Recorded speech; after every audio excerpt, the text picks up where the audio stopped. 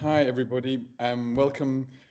You're just coming in. My name is David Mills, and welcome to our weekly Centre for Global Higher Education webinar. It's Tuesday afternoon in the cloudy UK, but I'm really delighted to be welcoming a great scholar and brilliant writer, Yusuf Sowankuma, who's currently in Kampala.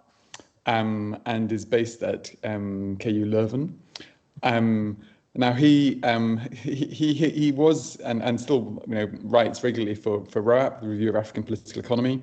He's an anthropologist, which of course is a great identity to have, but he's much more than that. He's an essayist, he's a playwright, he's a newspaper columnist, and in some ways he's so well placed to help us reflect on the consequences of a centre like the Centre for Global Higher Education trying to promote a discussion around global higher education and the implications of that for the unequal terms in which people can engage with this imagined global and the reproduction of inequalities across that. So I think these are really difficult questions for anyone who's interested in trying to repair this sort of very divided world of higher education. And I think Yusuf is going to give us some great thoughts on how he understands his own perspective on this problematic Commonwealth that he describes. So Yusuf has written and co-edited a book on the oil extraction industry in Western Uganda. It's called Before the First Drop, Oil Capitalists and the Wretches of Western Uganda. And another book called Non-Essential Humans, Essays on Governance, Ruin and Survival in COVID-19 Uganda. Then any of you who know about how Museveni in Uganda treated its population during COVID will be very interested in that book. And his doctoral research was on mobilization of nationalism in Somaliland. He's had posts various places in Europe. His current project is on bureaucracies and forgery and counterfeit in post-colonial Africa. You see, you've got loads of things up your sleeve. You do loads. It's a real great pleasure to have you here to talk to us about your topic today. And I'm going to give you half an hour or so to talk, and then we'll have lots of time for questions. The screen's yours. Thank you. David, thank you so much for having me, and I'm happy to be here. I'm happy to be part of this series because I think they've been very wonderful series. I'm happy to make a contribution. And thank you so much for the wonderful introduction. I do lots of things, but I'm not sure I do them well. We call it the hustle down here. Suburban, like typical hustler. So I'm gonna do 3 things in the half hour. Maybe I'll talk for less. I'll tell a story, like a story. It's not super theoretical. I'll tell a story about my book, Non-Essential Humans, because I want to use it to think about audiences. And then I'll talk about a section in the paper that was distributed. I'll talk about Michael Warner. I have problems with Michael Warner, but I want to engage Michael Warner a little bit, the author of Publics and Counterpublics. And I'll talk about a small essay of mine, which I wrote some time back on the new intellectuals of empire. So let's get into it. This is a story about the COVID-19 restrictions, specifically the lockdown. So when the lockdown finally eased, I compiled, in the introduction, David, you said I write a column in The Observer. So I've written it for the last 8 years. And when the COVID restrictions in Uganda, which we had the longest restrictions, when they eased, I compiled 25 articles of mine written on the subject of COVID-19 and published them into a book. Most of the essays had appeared in the local newspaper, which is The Observer, and some had appeared elsewhere. And through my column as a regular political commentator in Kampala, through my radio appearances and TV appearances, these essays had been angry, they had been critical, and there had been bold commentaries. I think that's what people said. And considering the nervousness of the time, I think they were really bold articles. And these were focused specifically on the ways in which the government of Uganda responded to COVID-19. I contend that, especially that ordinary Ugandans who live by hand to mouth, they had to be brutalized to comply. To comply to the restrictions, they had to be brutalized. These measures were clearly out of sync with the lived realities of many Ugandans because they had to be compelled to comply. So were cleared out of the lived reality of many Ugandans. The key thread that ran through these essays was the copy and paste character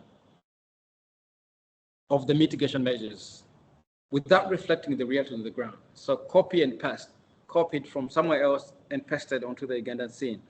And I contended that when the World Health Organization recommended measures such as lockdown and home office and mandatory masks and quarantine, their audience wasn't Africa. Their audience was Europe and North America.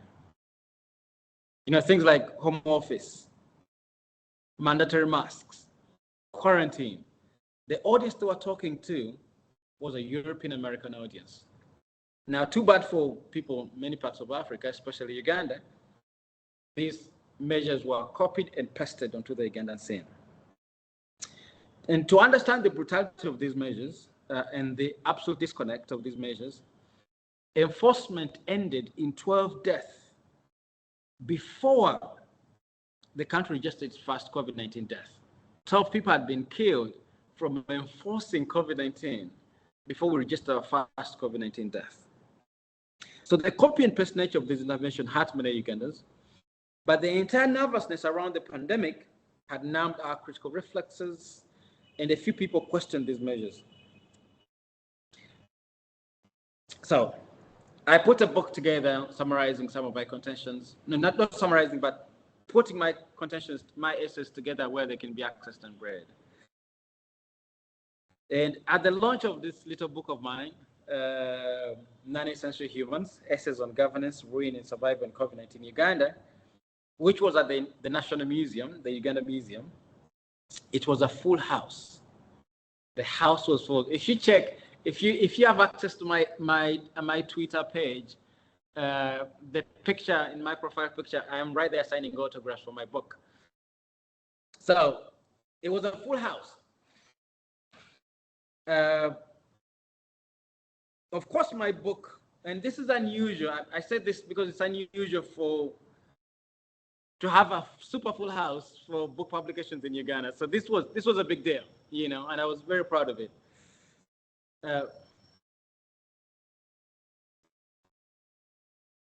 I agree that the book must have benefited from my regular appearances on TV and radio. So people came because, you know, they sort of knew who I was, but there was connection. It connected with many folks for whom it had been written. At the launch of the book, Dr. Olive Kopsinje, one of the commenters of the book, and Imam Kasozi, who are like wonderful public intellectuals,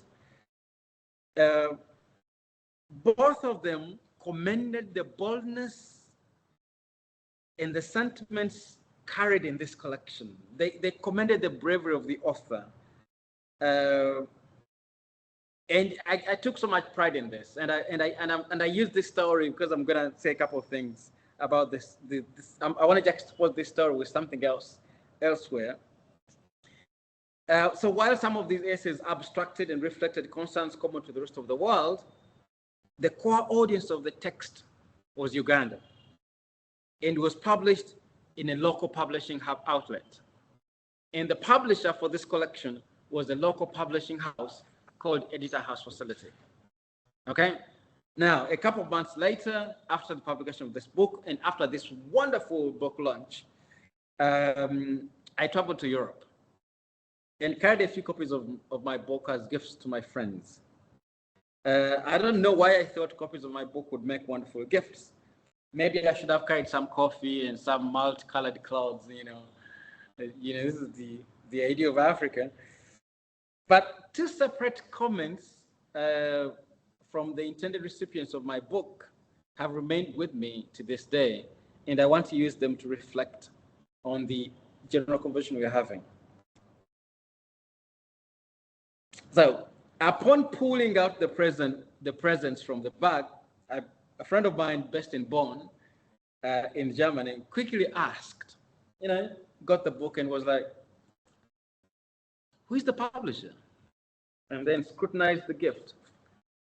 And then I said, it's a local publisher in Uganda. And my friend was like, maybe you should have looked for an international publisher, by which, without saying it, they meant a recognizable publisher, either from Europe or North America, perhaps like Oxford University Press or, one of those big ones. And then we moved on to other things, but I could not stop wondering to myself, if my audience was Ugandans, why did I need to look for an international publisher? Why wasn't this Ugandan publisher regarded as international, but based in Uganda? Does it mean being based in Uganda, or more generally being based in the subaltern world, is to be local, not international? What qualifies as international in this context? Location or being famous? How does a publisher become famous or renowned? So that means those questions puzzled me after meeting my friend in Bonn, and those comments. Those were comments which I delivered lightly, and we're happy. My friend was happy to take the gift. And I clearly understood they didn't mean anything bad. They said, you gotta go on the big stage. Don't stay local. Don't stay in Uganda. So a second friend of mine, we met in Germany too, but he's based in London. This one is a non-academic. This one's also an academic. And after cordially accepting the gift, quipped that they were excited to be reading something that was not scientific. It is a good way to relax, they said. Well, my text isn't a novel. And while I don't engage the rigor of academia, my thoughts and analysis and the ways in which the material and for the arguments is collected is not far from the work of anthropologists, sociologists, or cultural studies majors. I'm myself an anthropologist.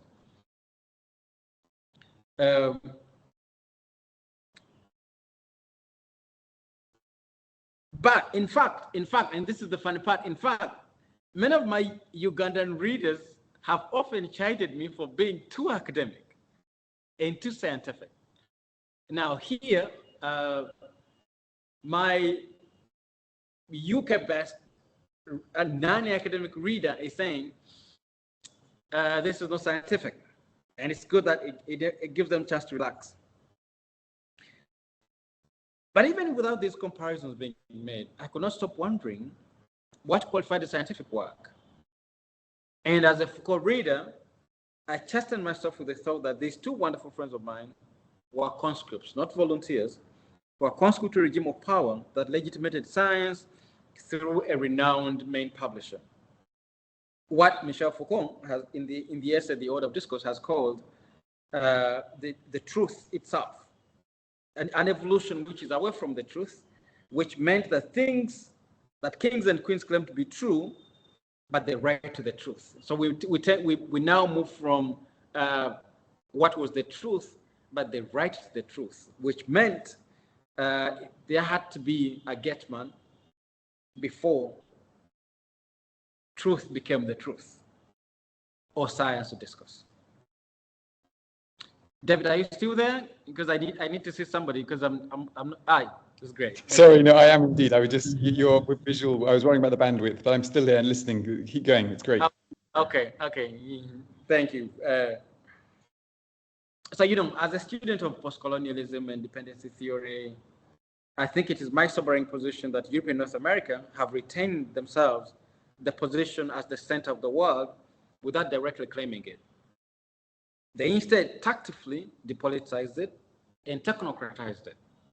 Everything now is seen through measurable technical variables, not the politics behind the technicalities. And as I argued in that essay, The Colonial Dilemmas, Europe and North America have appropriated the so-called global stage, and which is actually, in my assessment, the local space for the Western world. And this position has both historical and contemporary roots, starting through regimes of power and violence. I argue in the broader essay that this space is not benign. It's fought for, and it's earned through force and violence. So any invitation to win, any benign, friendlier invitation simply sustains the violence behind it. And what is so sad for many of us African scholars, best not in Europe, the so-called global stage presents itself and is often presented, and this is what I find problematic, this is what I pick issue with, it's often presented as a decolonizing space. Something like all the stereotypes, abuses, and injustices about Africa or the subaltern world are partly or in whole because Africans don't share their knowledge about themselves in the global space. That is my problem with the so-called global space. It's in the arena of knowledge production, that once you enter this arena of knowledge production, and if Africans claimed enough that they were humans, that they have discourse, that they do A, B, C, D, all these injustices we'll see will somehow disappear.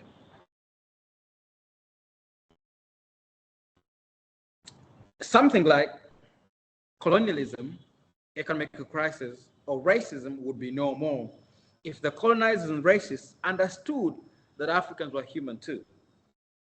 The present manifestations of colonialism, neocolonialism, racism will disappear if the world was educated enough about Africans by Africans themselves when they go to what we call the global space. Now, I know that this is well known, that it's wishful thinking to say that at some point all these injustices will disappear. I think many people agree that it's not going to happen.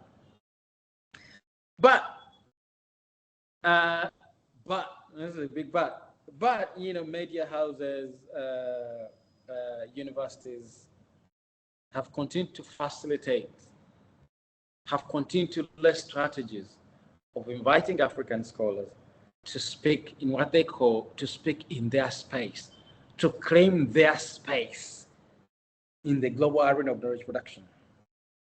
Now, I don't begrudge these initiatives necessarily. I begrudge the intention these initiatives are directed towards. If these initiatives were seen simply as knowledge exchange, or in the spirit of cultural diversity, or educational tourism, they'll be filling a potential knowledge gap. My problem is that they're used as arenas of decolonization. In fact, exploiters, colonizers of the subaltern world have a fairly good understanding of the cultural and political ways of the victims. It's not that, and I quote extensively in the larger essay, I quote extensively from Siba Grobogi, who makes the wonderful case that it wasn't because the colonizer didn't know that the people being colonized were humans. He didn't know that the colonizer wasn't lacking in understanding of who those were. That they even understood that we were dealing with humans, so they had to get proper bulls to make themselves feel happy about the exploits. And the genius of Orientalism, as I argue in the longer essay, is not that it describes a thing before. Orientalism, the dehumanizing texture of Orientalism was the argument for. The original intention to exploit was already existent, and to do it, you had to dehumanize them so that to exploit them.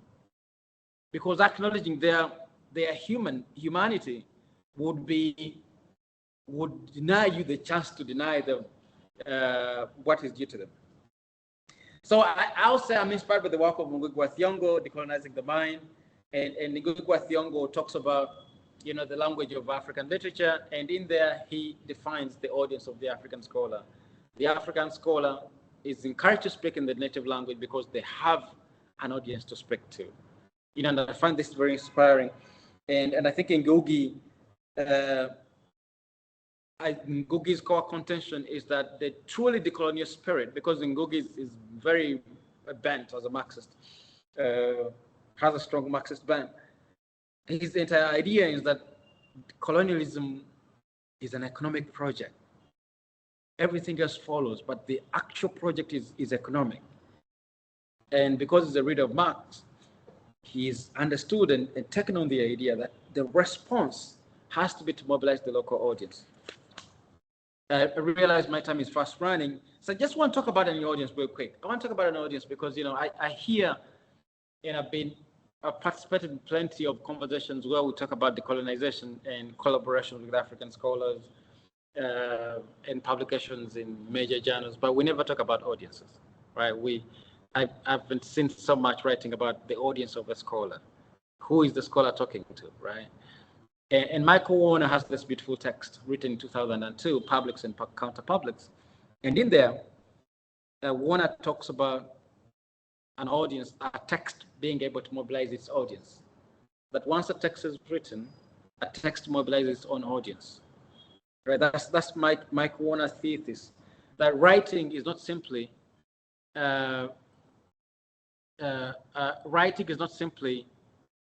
joining, say, a club, say a Rotary Club, or applying for a driver's license where you have to do things.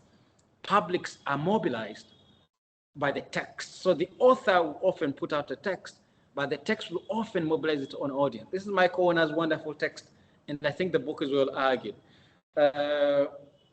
But, you know, as we know, and I'm arguing, I think that as we write, you know, there's a couple of things which predefine what we write. I tend to argue that the author predefines his audience by agreeing on a language, by agreeing on a couple of language games and linguistic cues, thinking through the publisher, whether it's going to be a journal or a media outlet or a book. You work with the publisher, and the publishers often have limitations and requirements. And all those things, if you factor them into the conversation, the author will define their audience and know which language to speak because the audience is already in the mind of the author. But then there's a related puzzle.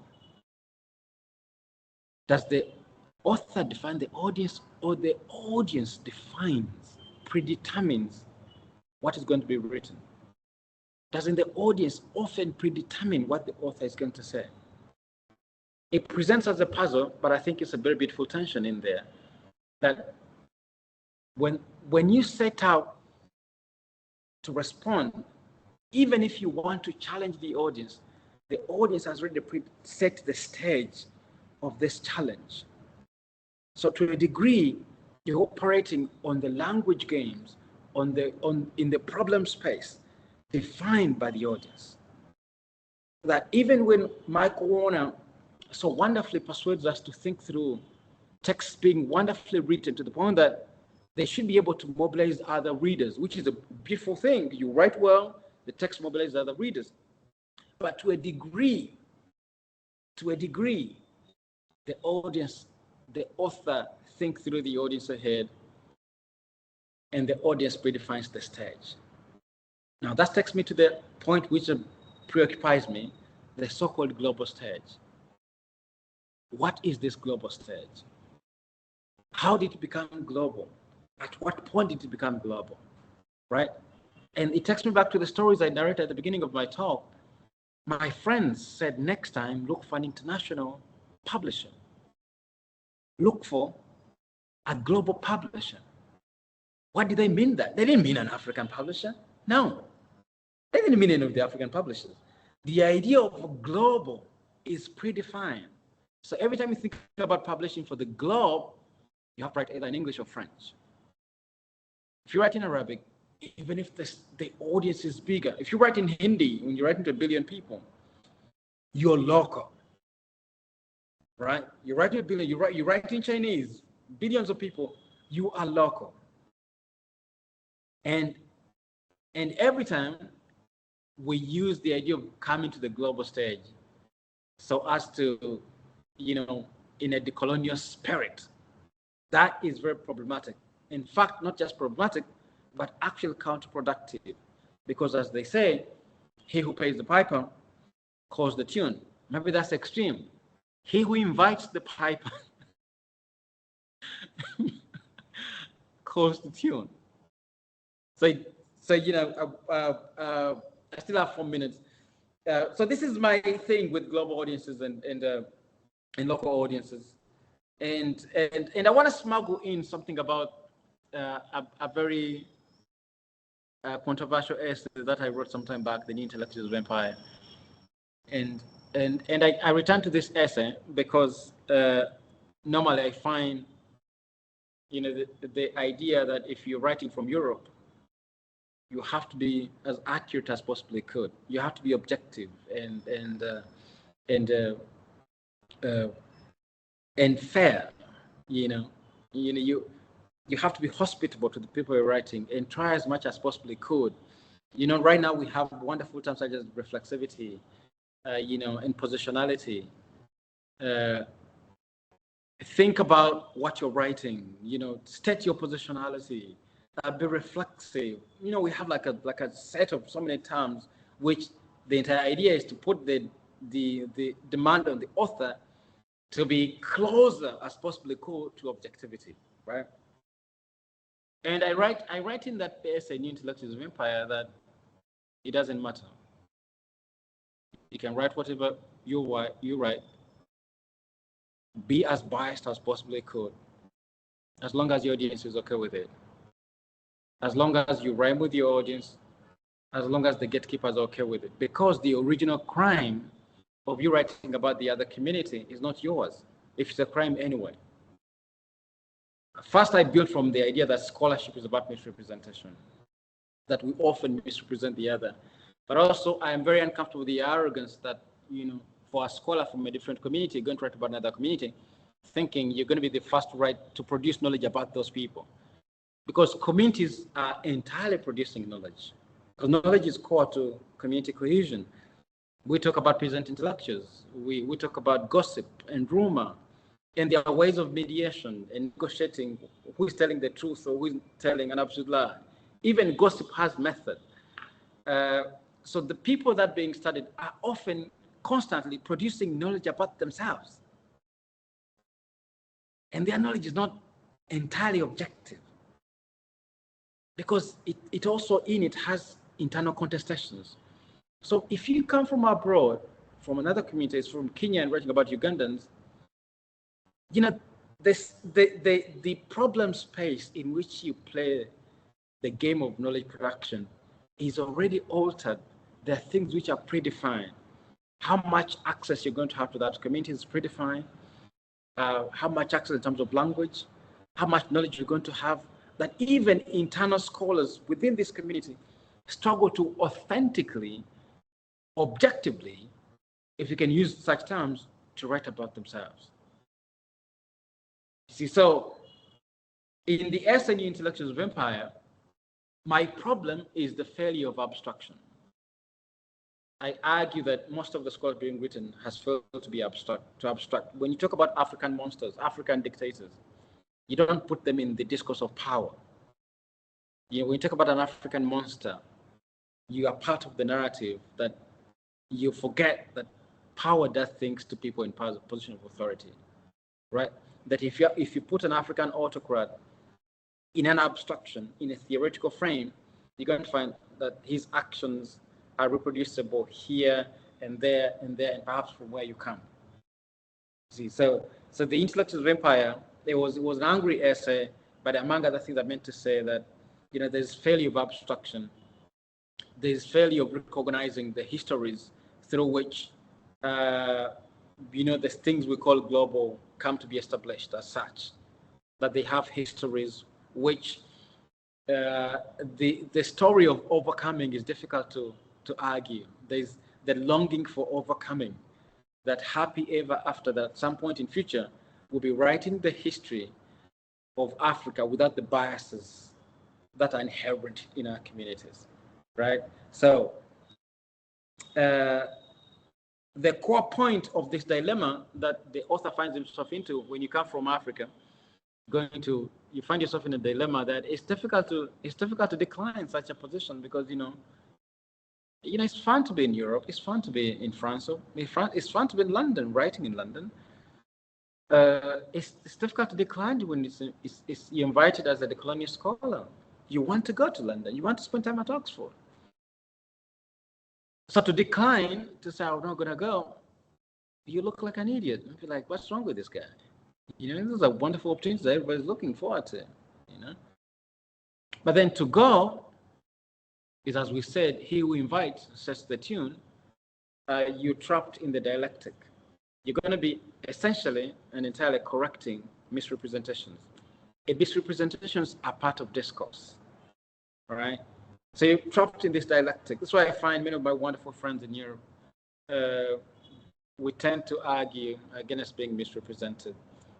But also, if we are to write, we also misrepresent ourselves. You know, so misrepresentation as a conceptual term, you know, if you go from Ibn Khaldun, if you come to Hayden White, the author of Metahistory, you know, misrepresentation is part of our intellectual production, just that we don't use the term misrepresentation. So this is the dilemma that the African scholar finds himself into, right? Because your audience is essentially local, and if you have to have an influence, you have to influence the local audience. And I make this argument, I'll stop on this, I make this argument because of the ways in which I define colonialism. I define colonialism in purely economic terms, right? And this is why I'm so fascinated with the work of economic anthropologists, you know, the people working in the Anthropocene, because they've decided to address the core contentions of our time. That when the men dressed in khakis and who carried guns and swords left the African continent, in return, we got men dressed in neckties and suits, and they smile and they live with us. They are operators in banks. They operate as telecommunication companies. They run corporations such as the World Bank and the IMF. They run big things such as USAID. They're giving us scholarships. They are actually benevolent from the face of things. But if you follow the money, if you follow the resource game, you realize they're not different from their predecessors who had left the continent over 60 years ago. David. Great. That was very powerful, so thank you. You've given us some definite polemical things to think with and to look at ourselves with a cold, hard light. I mean, it's certainly making me think about what that notion of the global is doing in the title of the centre. You started with this account of choosing to publish with Editor House Facility in Kampala. I mean, if what you're sort of saying in terms of this sort of critique of colonialism as ongoing capitalist sort of relations, is the future then for an African-centered knowledge universe to be created through Afro-structuring, African research infrastructures, African publishers? Is that the answer? And how do we get there?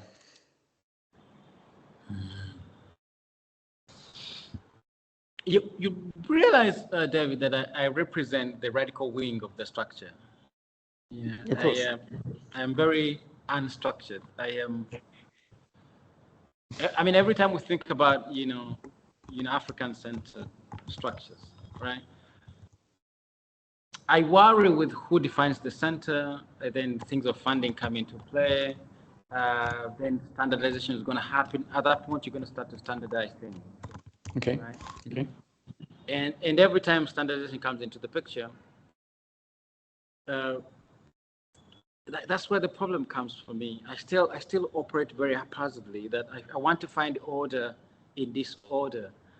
When Ngugi wa Thiong'o started the Kamirithi Education Center in Kenya, it was like theater for development. People would come to the center with problems that are within the local space, and they'll find reasons and responses from amongst themselves, right?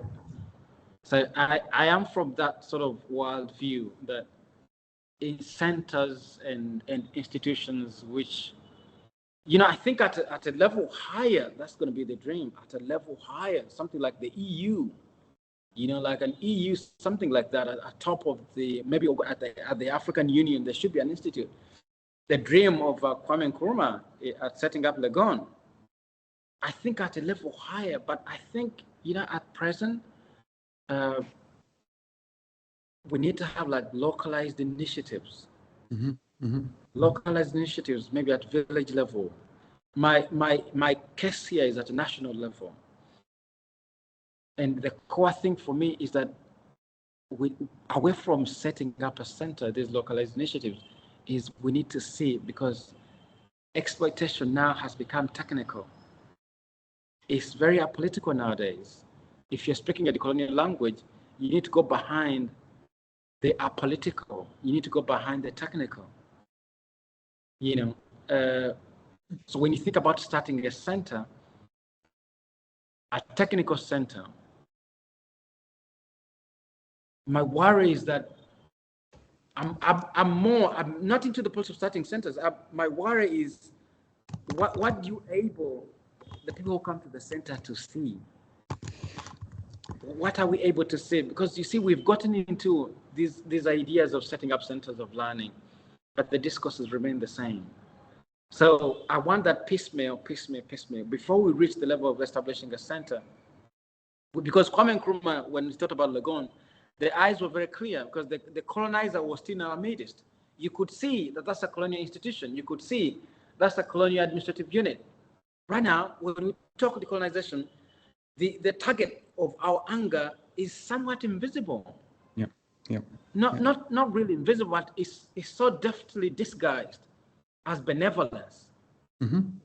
Right?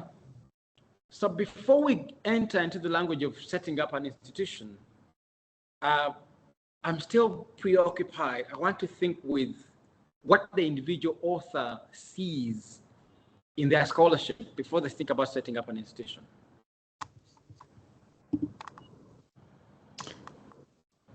So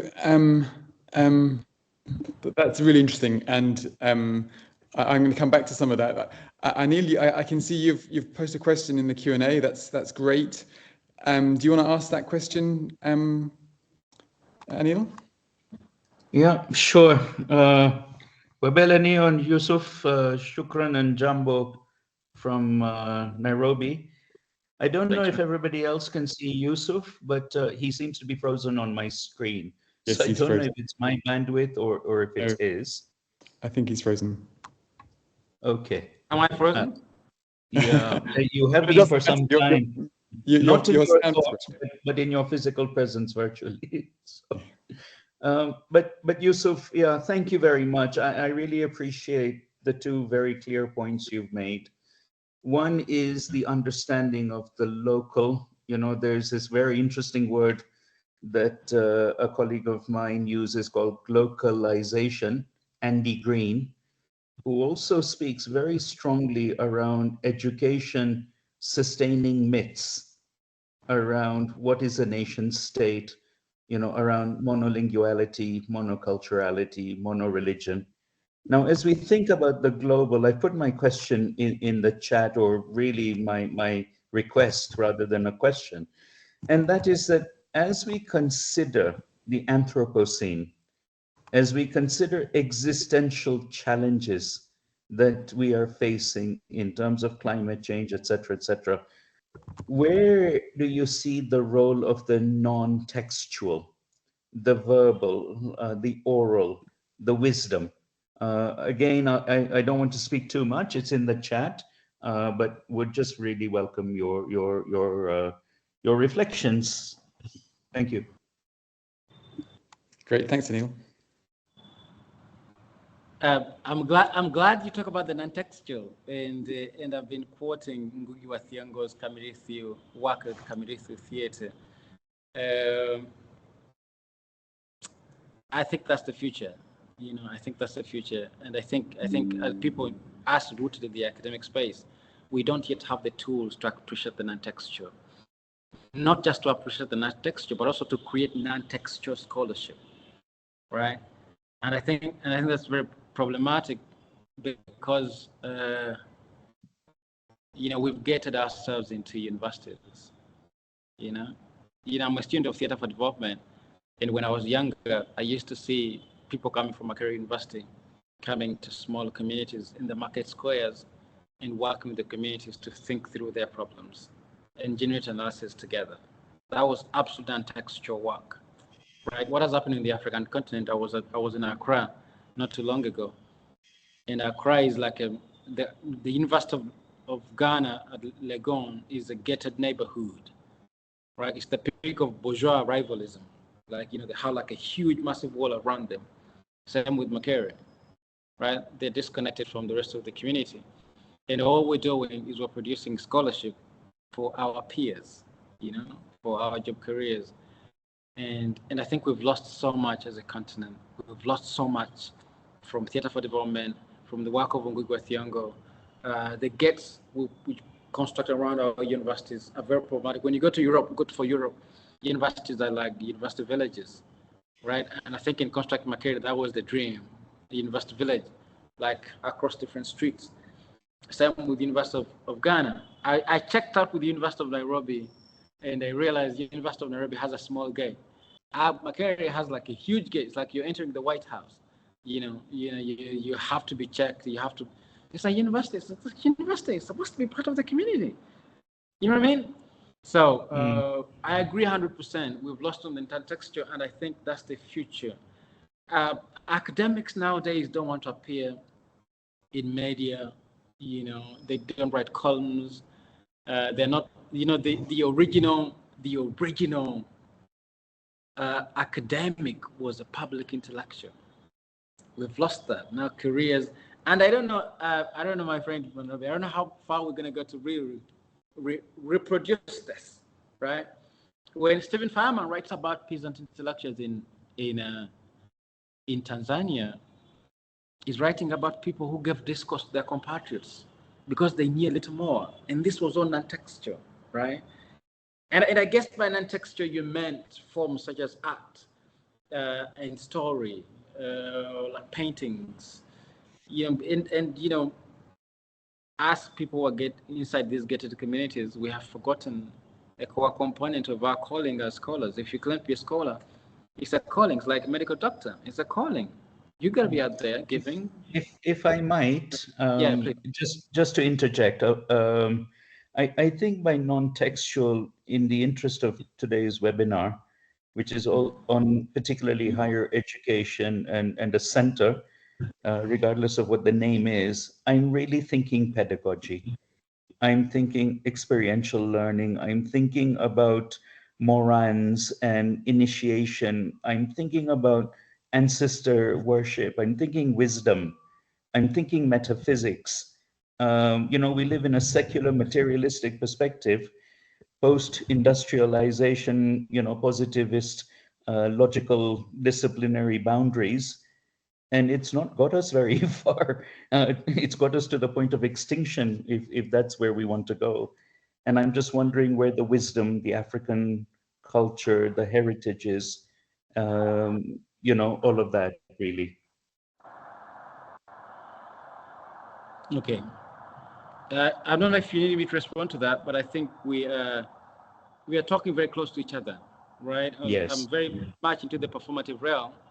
Yep. And you're into the metaphysical realm, and I think we're very close to each other in that sense. But you said something about the Anthropocene, and maybe I might take long to respond to that, but I think that's fascinating that, we need to still have a critique of, that sounds very academic also. We need to develop like on-ground responses to the excesses of capitalistic exploitation.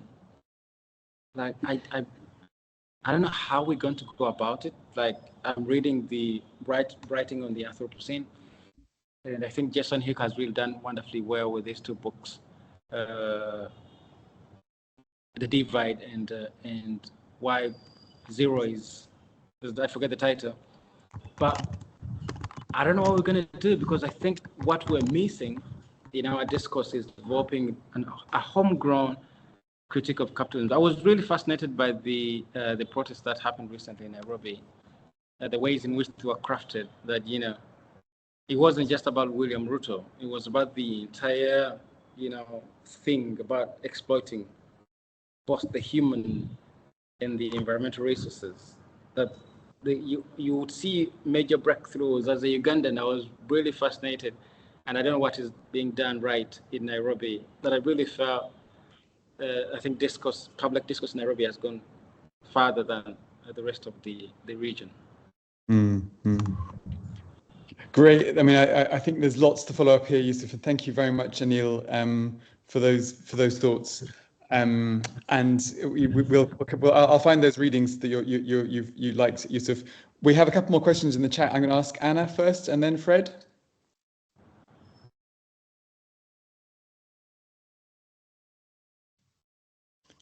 Anna, do you want to come in and ask this question you put on the chat?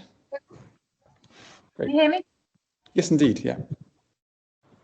Yes, thank you. And thank you, Yusuf, for a wonderful talk.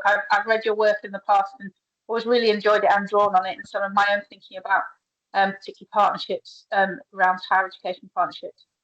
But my question is, so I've been having some conversations around this new African School of Governance in Kigali, and what they're aiming to do with that is have a really Pan-African vision for leadership and governance. So I was interested in your view on what such a new institution should be teaching, if it aims to do this, sort of inspire a new generation of intellectuals and leaders. Thanks. Great. I missed the part about Kigali. So Anna was pointing out that there's a new school of African governance being set up in Kigali. And you wonder what you thought of this sort of its Pan-African vision of leadership. What would that look like? What should they learn? Is it even possible to do that sort of thing at that level? It's Pan-African School of Governance. That's what they called it. They call it the African School of Governance, I think. Yeah. Yeah. So just a little bit of background. So it's Paul Kagame's initiative, and it has a lot of money from the MasterCard Foundation. It's going to be a big, new, shiny school, and it's based on the model of the Singapore Lee Kuan Yew School of Public Policy and Governance. But the vision is for it to be an African School of Governance. So it looks quite an exciting project. Yes, thanks, David, for found the link. But I was really wondering, what should such a new school be trying to teach, and in what space?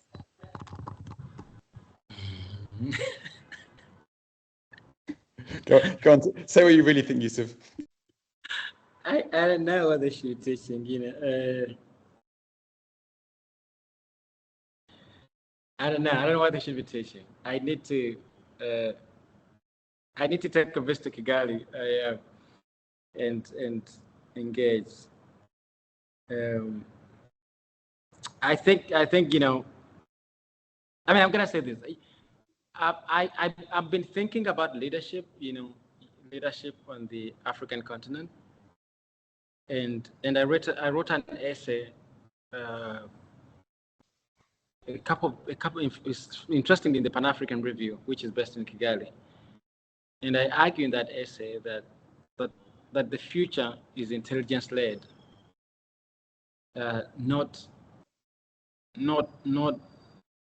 democratic-led. That the future is going to be led by intelligence units, and not democratically elected governments. Now, every time we think about governance on the African continent, there's an abstractive way of thinking about governance. And I think governance is governance of resources, human and natural resources. Now, the resource component is often downplayed. The resource component is often downplayed. And I think any space of governance which will focus on resources as the core component of the school has a future. Because if you focus on resources, then you focus on the technical people doing the things and the ways in which they're going to be governed. Because I think our question as the continent is, I don't know if you can call it governance, because governance is the caricature version that we have a governance problem. I think our problem as a continent is that we're still exploited, we're still colonized in ways that are subtle, technical, disguised, apolitical, and very difficult to deal with. And that often reproduces itself as a governance problem, right? So you say, you have a guy like Yoweri Museveni in Uganda, who handed over the entire economy to the Western corporations, right? That's not a governance problem. You have a colonial comprador. you have a guy in Ruto who is being protested recently for, implementing IMF, World Bank, new tax propositions. That isn't a governance problem per se. That's a neo-colonial problem, right? Where through a technicalized format, our former colonizers came back 30 years ago to just take our resources through technical means. And the caricature is Africa has a governance problem. I don't think so. We have autocrats. Saudi Arabia is thriving. It has kings and queens, the Middle East is queens. So, the caricature version is to define Africa's problem as a governance problem, right? Yet we are simply an exploited continent.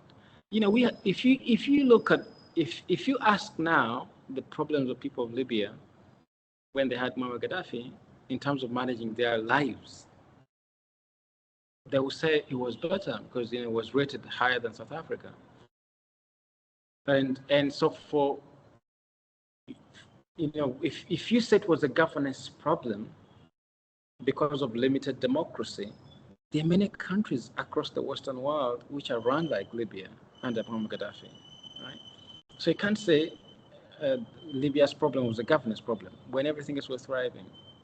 We go to the polls every day, every once in a while here in this country. But if you come to the streets of Kampala, it's like you're walking into a Stone Age country, right? Every yardstick of a good life is collapsing. So from the name of the institute, it could be bothersome for me, but I'm hopeful those are wonderful people because they take the caricature version of our problems as being governance. And I think our problems are not governance. Okay, thanks, Yusuf. That's a really interesting response, and I hope that doesn't make you feel too depressed, Anna. But really interesting reflection on that institution. A couple more questions before we finish. Fred, you've had your hand up for a while. Apologies for taking a while to get to you. So Fred next, and then after that, David, and finally Chris Sanger. Fred. Question. Are we missing the big picture? I must give context to that question. Are we missing the big picture? I think David, you wrote Life on the Hill. If I'm not mistaken, might you say yes or no? I did, yes, indeed, long time ago. Okay, not too long. Well, for context, that is a story about Northcote and all these sacks of spreading glass on the mill meant for Afrostone. Now, I was the chairman of Sports and Games Union at that time, and I had many running meetings with VCs arguing that the challenge of Makerere then was deeper than sport and the acts of Northcote. Sport was merely a vent for the challenges, the deep challenges of then coming out of a SAP, Structural Adjustment Program. Now, what we didn't appreciate then was education, scholarship is a deep pursuit of the human ecology. It cannot be a mechanical exercise. And it appears to me that to this moment, we seem to think that education is this run-of-the-mill mechanical process that we can engineer in a simple way. Now, to my friends, they are the anthropologists. Me, I'm a social physicist. I want to know, don't you think we are missing the big picture?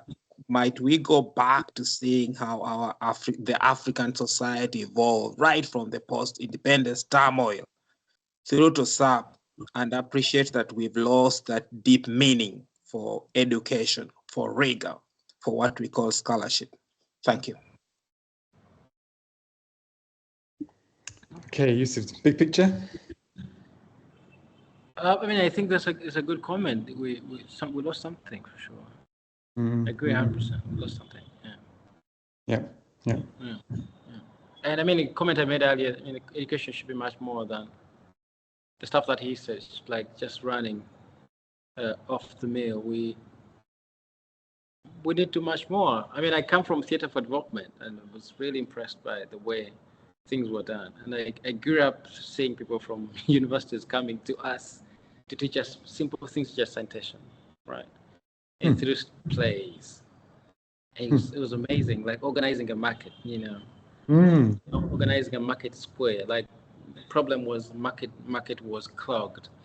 How do you clean up your market square? And people from the university would come and stage a play from a local problem and they come up with solutions. It was awesome. And as a little boy, must have been like 9 then, and I used to see this and I was blown away. And I felt that was actual education. Brilliant. That's a great story. That perhaps inspired you to think that the universities could be social actors for the good, hey?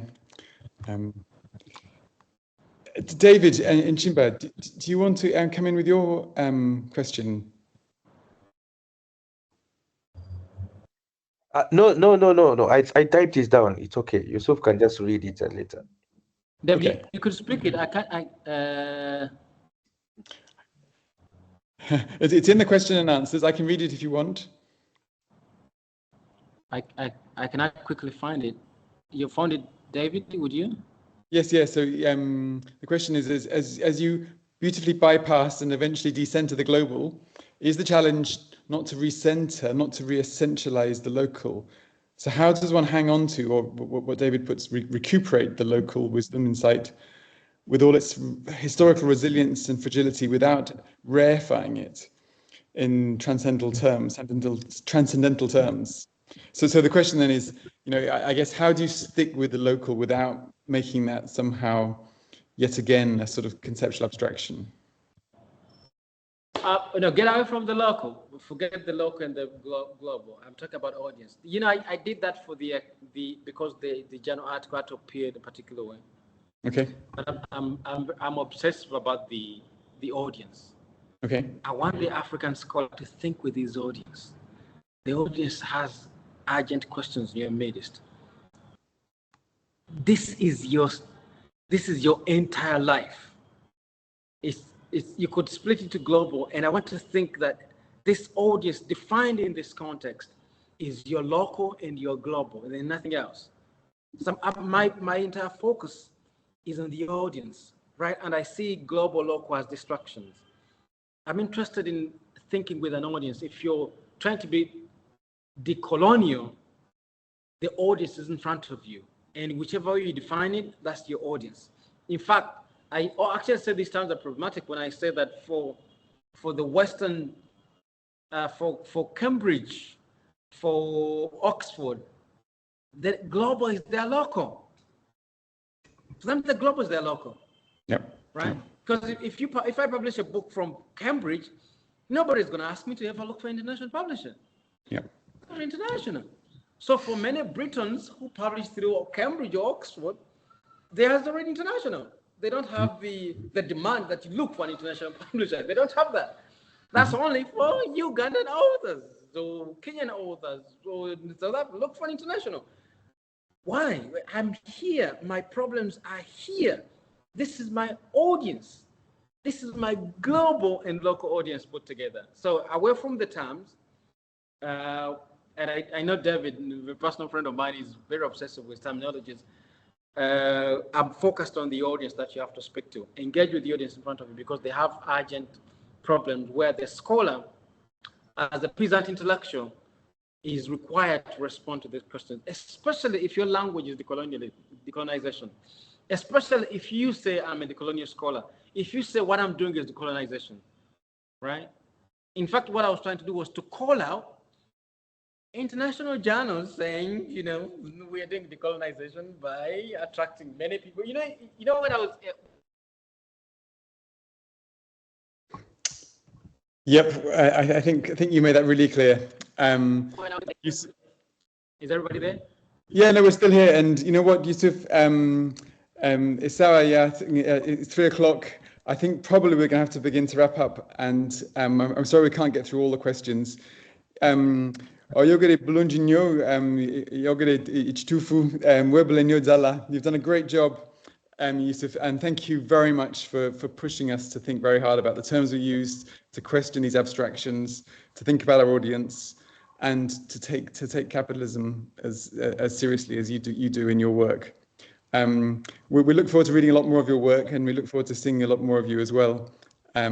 Thank you all, everyone, for coming. This will be online. The recording will be online for people to listen again tomorrow. Yusuf, any last thoughts before you go? Yeah, it was a pleasure having me here, and I hope we often return to these conversations, because this should be not the last, but the beginning. Absolutely. These are things that we're not going to solve easily, but we need people to talk about them a lot, and you've done a great job. Thank you all for coming, everyone. Do come back next week. We're talking about transnational education in China with Anand Chen every Tuesday, UK time. You're always welcome to join us. Thanks again, Yusuf, for joining us. Thank you all. See you again soon.